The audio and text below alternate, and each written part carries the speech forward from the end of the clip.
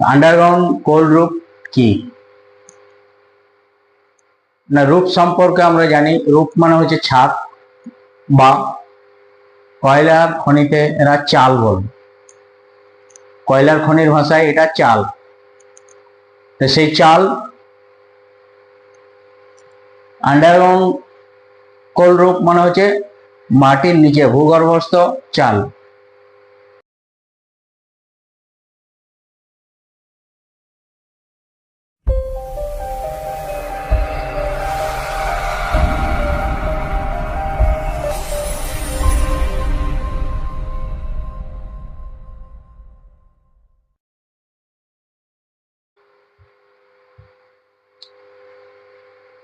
সাথী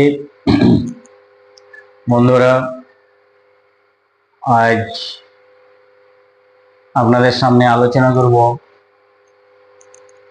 underground কোল রূপ নিয়ে। আজ 4 আগস্ট 2024। আন্ডারগ্রাউন্ড কোল রূপ কি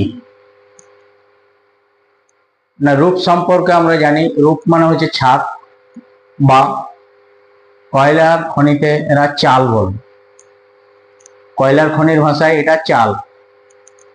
তো সেই চাল আন্ডারগ্রাউন্ড কোল রূপ মানে হচ্ছে মাটির নিচে ভূগর্ভস্থ চাল। যখন কয়লা কাটা হয়, কয়লা কাটার পর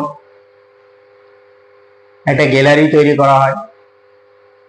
সেই গ্যালারির দুদিকে পিলার থাকে এবং উপরের অংশ যেটা, সেটাকে আমরা রূপ বা চাল বলি। তো এই চাল আন্ডারগ্রাউন্ড মাইন্সে কত রকমের দেখতে পাওয়া যায়? আন্ডারগ্রাউন্ড মাইন্সে সাধারণত 3 রকমের চাল দেখতে পাওয়া যায়। 3 রকমের চাল কি কি? তার টাইপস অফ রূপ,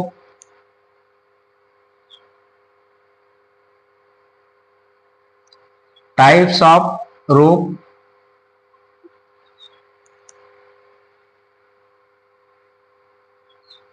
কি কি?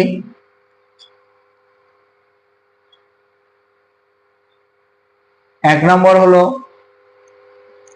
রূপের আবার 3টি ভাগ আছে। 1 নম্বর হলো সেডিমেন্টারি রূপ,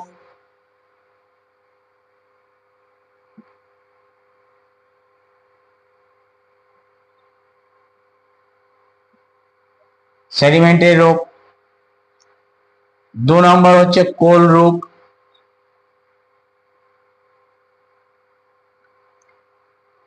3 নম্বর হচ্ছে সেল রূপ।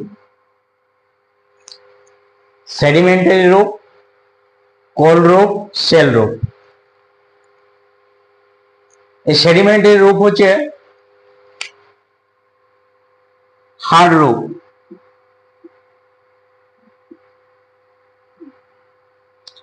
আর কোল রূপ হচ্ছে medium hard, medium hard, hard রূপ।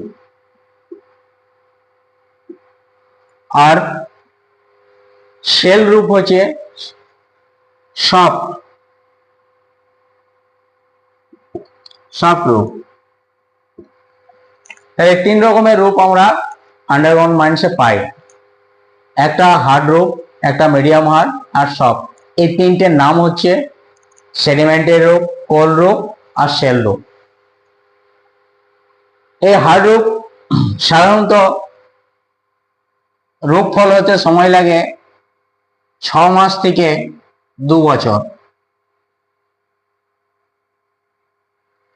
এই চালটা পড়তেই চায় না, অত্যন্ত হার্ড চাল হয়, তাই এটা পড়তে সময় লাগে 6 মাস থেকে 2 বছর।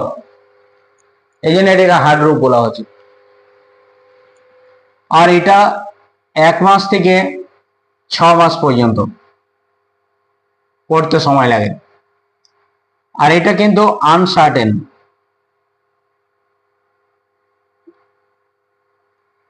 আনসার্টেন মানে এর কোনো নিশ্চয়তা নেই, এ যখন খুশি তখন পড়ে যেতে পারে। এখন প্রশ্ন হচ্ছে যে এই তিনটে চালের মধ্যে বিপজ্জনক কোন চালটি। ডিজিএমএস এর একটা রিপোর্ট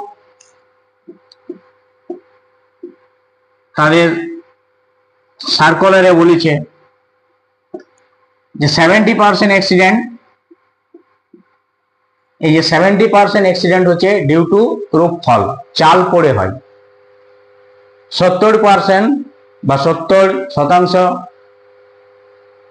যে দুর্ঘটনা ঘটে আন্ডারগ্রাউন্ড মাইন্সে, তার কারণ এই চাল পোড়া, বাকি 30% অন্যান্য কারণে।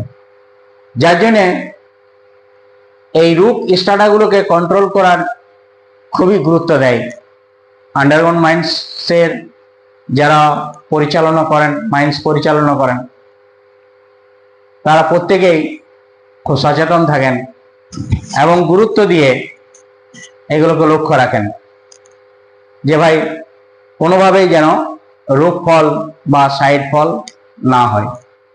কারণ 70% অ্যাক্সিডেন্ট রূপ ফল ডিউ টু রূপ ফল আর সাইড ফল। বহু মানুষের জীবন গেছে এই রূপ ফল হয়ে, সাইড ফল হয়ে। তাই সতর্ক থাকতে হয়। এর মধ্যে বিপজ্জনক চাল কোনটি আমি একটা প্রশ্ন করেছি যে এই তিনটি চালের মধ্যে সেডিমেন্টারি রূপ, কোর রূপ এবং সেল রূপের মধ্যে কোনটা সব থেকে বিপজ্জনক।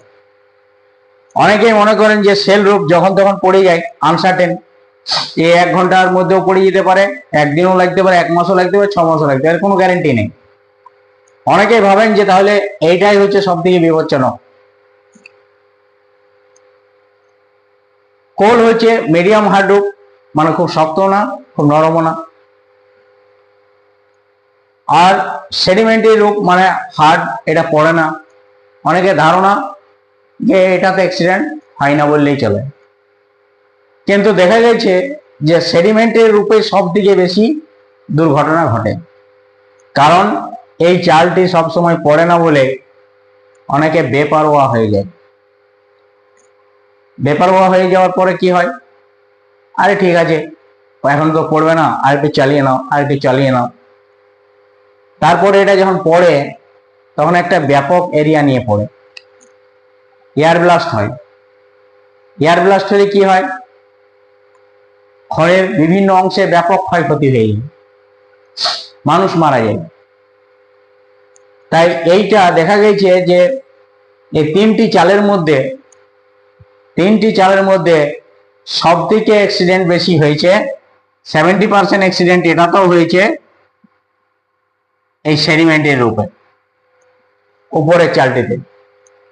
বাকিগুলোতে সতর্ক থাকে। কারণ সেল রূপে, যেহেতু সেল রূপ যখন তখন পড়ে যায়, কোনো গ্যারেন্টি নাই, নরম চাল, তাই ম্যানেজমেন্টের সবসময় এটার প্রতি ভয় থাকে, এটাকে ভালোভাবে সাপোর্ট করে, লক্ষ্য রাখে, যাওয়ার সময় সবসময় লক্ষ্য রাখে।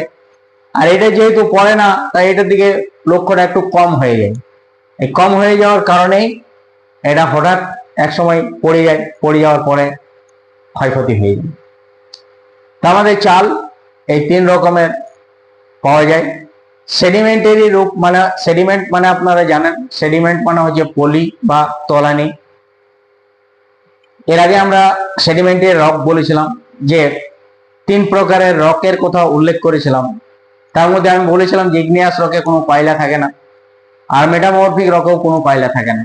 তাহলে কয়লা থাকে একমাত্র সেডিমেন্টারি রকে।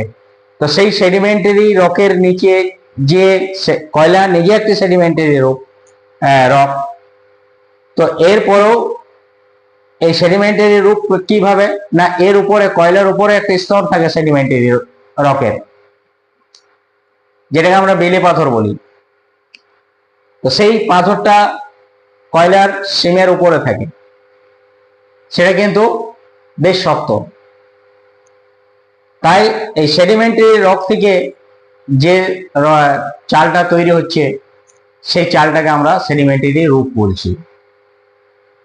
আর কয়লার থেকে যে রূপটা তৈরি হচ্ছে সেটাকে আমরা কোর রূপ বলছি। আর কয়লার আরেকটা অংশ হচ্ছে নরম কয়লা, স্লিপ কয়লা যেটাকে বলা হয় খাদের ভাষাতে, যে কয়লাটা যখন তখন খুব নরম হয়, যেগুলো সাধারণত ফল্ট জোন এরিয়াতে বা ডাইক বা শিল এই সমস্ত এরিয়াগুলোতে, ওয়াশ আউট এইসব সমস্ত জায়গাগুলোতে পাওয়া যায়।